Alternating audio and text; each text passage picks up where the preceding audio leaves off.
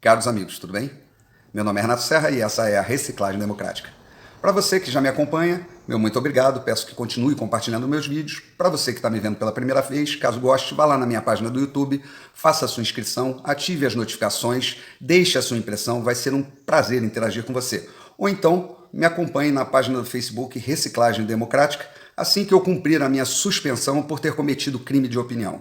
Dito isso, vamos aos principais assuntos da semana. Bom, nós começamos a semana aí com uma notícia, né, muito interessante que aconteceu dentro do Partido Novo. O Amoedo, né, um grande nome, fundador do partido, tensionava retornar à direção do partido e vários diretórios foram contra e pressionaram o Diretório Nacional do partido, ou seja, ele não conseguiu retomar a direção do partido. Isso é muito bom, porque o Novo, na sua proposta de criação, ele era baseado em princípios, valores, né? E esses princípios e valores, eles estavam acima das pessoas. E durante essa pandemia houve não sei o que aconteceu, né? Mas muita gente se revelou, né? As máscaras, colocaram-se máscaras para cair outras máscaras.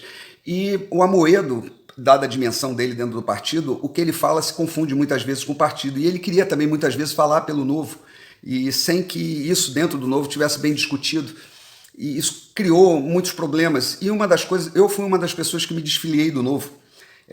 E agora, vendo essa atitude, quem sabe eu volte um dia a me filiar ao Novo, vou observar o que está acontecendo. Porque se o Novo retomar aquele caminho, né, que foi a razão da sua fundação, né, baseado em princípios e valores, e não importando o lado, mas sim trabalhando pelo Brasil, né, pelo que acontece, não se você não tem simpatia ou antipatia por alguém na vida pública, algum político, não importa, o que importa é o que realmente, efetivamente está sendo feito, né, então a gente poder opinar, o Novo era uma grande ideia, perdeu muitos filiados, né, por causa disso, perdeu pessoas assim chaves que tinham grandes personalidades que estavam dentro do Novo, e isso realmente deve ter feito o partido fazer uma autocrítica, né, do que estava acontecendo. Eu espero que ele retome o bom caminho. Assim que ele retomar e eu sentir firmeza nesse caminho, eu vou ter o maior prazer de me filiar de novo a esse partido. Bom, ainda temos a semana, não poderíamos deixar de falar, né, da questão da CPI, né? Terça-feira foi uma advogada lá, e tal, advogada de alguns médicos que foram demitidos da Prevent Senior, quer dizer, parece uma advogada trabalhista, que a Prevent Senior, que tem mais de 5.000 colaboradores dentro da empresa, e falou barbaridades lá, e o pior é que as pessoas dão eco a esse tipo de barbaridade, mas vamos pensar bem, vamos chegar um pouquinho atrás. Pessoas, né, na época que aconteceu, né, o problema na Prevent Senior, né, as internações, várias pessoas de idade, porque ali é um plano de saúde para pessoas da terceira idade, né, um plano inclusive muito bem falado, muito bem, é um plano caro inclusive, não é tão caro quanto os outros, mas é um valor, né, significativo para as pessoas, mas é um plano de alta qualidade. E ele, dentro daquele panorama, né, de internações e gente morrendo, e os leitos entupidos, cheios, não podendo internar mais gente, quer dizer, uma operação de guerra, os médicos tomaram algumas atitudes. Tem que se lembrar que não havia vacina, não havia nenhum protocolo de tratamento, a doença estava começando a chegar, né, vinha alguma coisa lá da Itália, né, que teve o mesmo problema. Então, naquela ocasião, os médicos trabalharam como puderam para salvar vidas, né? Algumas pessoas não conseguiram resistir, mas muitas sobreviveram. Acho que tem que fazer um balanço nesse sentido. E esse esforço médico talvez até possa acontecer alguma irregularidade ali, porque realmente dá medo, porque hoje no Brasil, né, você criminaliza tudo por causa da política, né? Posições políticas levam à criminalização de ações, né? E ações muitas vezes ações positivas, como foi o caso de médicos tentando salvar vidas, né? E a gente está vendo o tempo todo criminalizar a atividade médica, né? E eu já falei várias vezes aqui isso, em nome da ciência, que virou assim, a ciência virou um slogan, deixou de ser ciência, virou um slogan exatamente para justificar todo tipo de arbitrariedade, todo tipo de injustiça, uma coisa maluca. Bom, tirando isso, né, que foi essa coisa deprimente, que inclusive tem repercussão na mídia, é muito grave isso, nós tivemos um show, né, do Luciano Hang, né, na quarta-feira, né, foi a ida dele na CPI, foi uma coisa fantástica, né? Quem não viu, por favor, veja, assim, ali dá para ver completamente o circo, que é aquela coisa. A gente viu ali um Luciano Hang dominando toda a CPI, né? Relator nervoso, o presidente perdendo o controle, senador perdendo o controle ali, pedindo inclusive interferência, né, da presidência por causa de robôs que estavam atacando as redes sociais dos senadores. Ele não tem a menor noção né, do que eles estão, qual é a imagem deles ali. Quando isso repercute nas redes sociais, eles recebem esse feedback, é porque são robôs, não são os cidadãos que estão ali, né? Eles não têm essa ideia. É como vivem numa torre de marfim, num mundo apartado da realidade. Mas foi muito engraçado. Entre conordidades, bitcoins, criptomoedas, pô, a gente parecia assim uma coisa assim meio sai de baixo com os trapalhões, sabe? Um negócio, um programa de humor, né? E vira e mexe, aconteceu alguma coisa interessante. Quem não viu, pode pegar aí os cortes que tem na internet, pode, se tiver tempo, assistir todo. Pô, realmente é fantástico.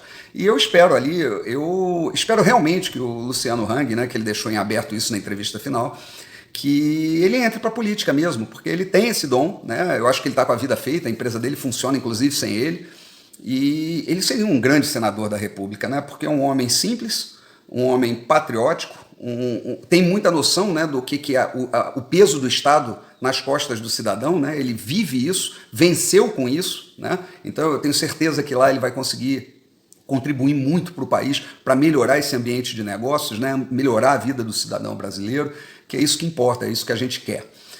Bom, fora isso, né, saindo do circo, tem esse assunto aí que essa semana também aconteceu, que é do passaporte sanitário do Rio de Janeiro, que houve uma decisão de uma juíza, depois respaldada por um desembargador, que deu um habeas corpus coletivo, e que não fazia nenhum sentido, não faz nenhum sentido realmente você ter um passaporte sanitário vendo as coisas que estão acontecendo, né? A vacina não impede a circulação do vírus, né? Ela imuniza, protege até certo ponto também. Nós tivemos várias mortes aí de pessoas vacinadas, mas ela tem um grau de proteção, sem dúvida, mas não impede a transmissão e tal. E esse passaporte para quê? A pessoa ir no cinema apresenta o passaporte, ir para o teatro apresenta o passaporte, mas para entrar num ônibus, para entrar num trem não tem passaporte. Quer dizer, então é uma medida, lógico, de segregação, é uma medida arbitrária, é uma medida, que teve um paralelo no passado, que foi o nazismo, né? No nazismo tinha lá o passaporte sanitário.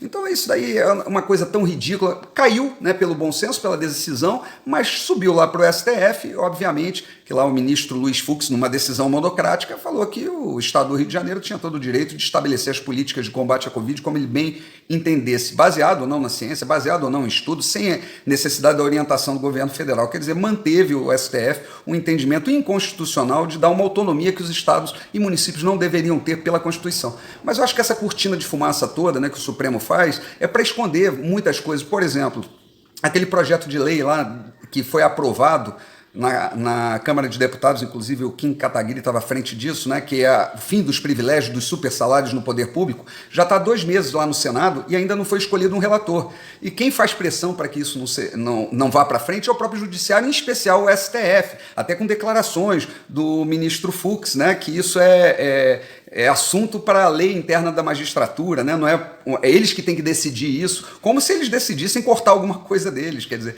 é uma casta privilegiada, né? E que faz todo tipo de arbitrariedade. Hoje essa composição do Supremo é um lixo. Você vê lá inquéritos ilegais, prisões arbitrárias por ofício, você vê todo tipo de inconstitucionalidade. Você, para decidir uma questão de recondução de presidente do parlamento lá, você está lá na Constituição claramente, é vedado, ainda foi a plenário para ver se podia ou não, e ainda foi uma decisão que ganhou de 6-5, né? Quer dizer, ainda tinha 5 pessoas que achavam que vedado não era bem assim, né? Vedado não é vedado dá para vazar. Quer dizer, é uma coisa maluca. Quer dizer, então a gente está na mão dessa composição do Supremo, que é uma vergonha, não é à toa que tem a hashtag STF Vergonha Nacional, que está sempre nos trend tops aí do Twitter e de outros, porque eles realmente estão envergonhando o Brasil e estão sendo um motor de atraso, né, institucional e trabalhando contra a democracia sobre a égide da defesa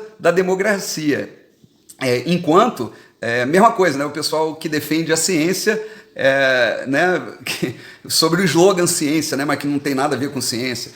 Então, é isso que está acontecendo, é isso que nós estamos assistindo, mas é bom que todos estejam cientes, estejam criticando, estejam nas redes sociais, porque o povo está tomando consciência também, está vendo que está tudo muito errado. Bom, era isso que eu tinha para falar para vocês. Um grande abraço e até a próxima.